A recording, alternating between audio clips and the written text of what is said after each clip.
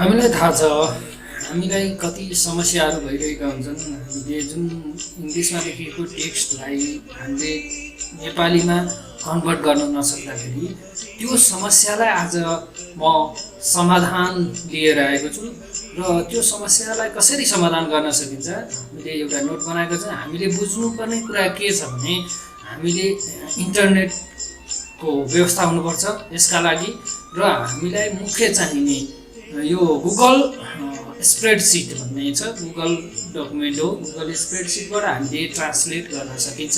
त्यसलाई ट्रान्सलेट गर्न सकिन्छ तसर्थ हामीले http यो docs.google.com/spreadsheet हो टाइप गरेर हामीले वेब ब्राउजरमा टाइप गरेर गुगल स्प्रेडसिट खोल्न सकिन्छ।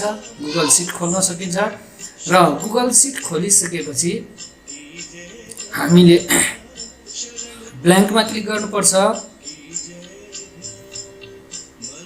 ब्ल्याङ्कमा क्लिक गरिसकेपछि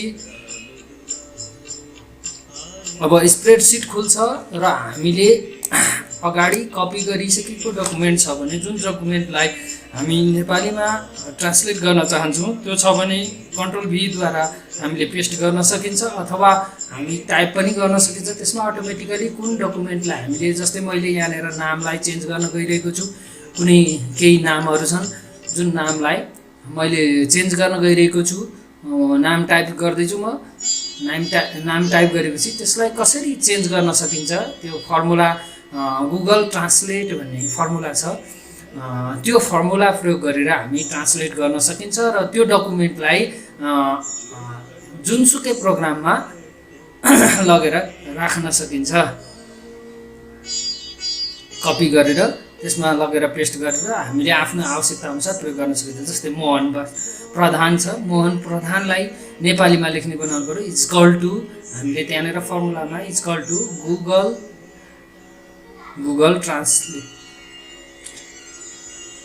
आइसक्यो। गुगल ट्रान्सलेट कोस्ट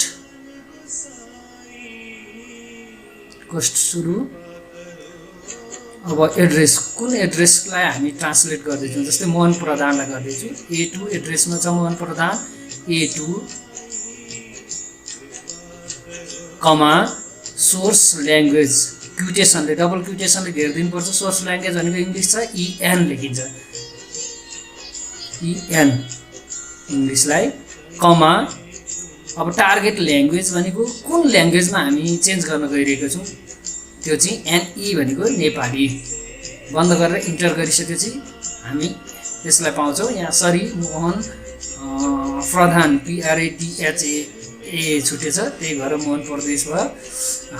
अब हेरौँ हामी रिजल्ट मोहन प्रधान त्यस्तै पदम भट्ट। अब त्यो पछाडि आइकन हुन्छ त्यसमा डटमा गएर तल सर र तान्दियो भने कति छन् हामीले चेन्ज गर्नुपर्ने ती सम्पूर्णहरू हामीले चेन्ज गर्न सकिन्छ। यसरी हामी अब यसलाई कपी गरेर जुनसुकै प्रोग्राममा माइक्रोसफ्ट अफिस वर्ड अथवा जुनसुकै प्रोग्राममा लगेर पेस्ट गरेर त्यसलाई हामीले प्रयोगमा ल्याउन सकिन्छ। यस्तै जानकारीका लागि हामीलाई फलो एन्ड सब्सक्राइब लाइक गर्दै गर्नुहोला। धन्यवाद।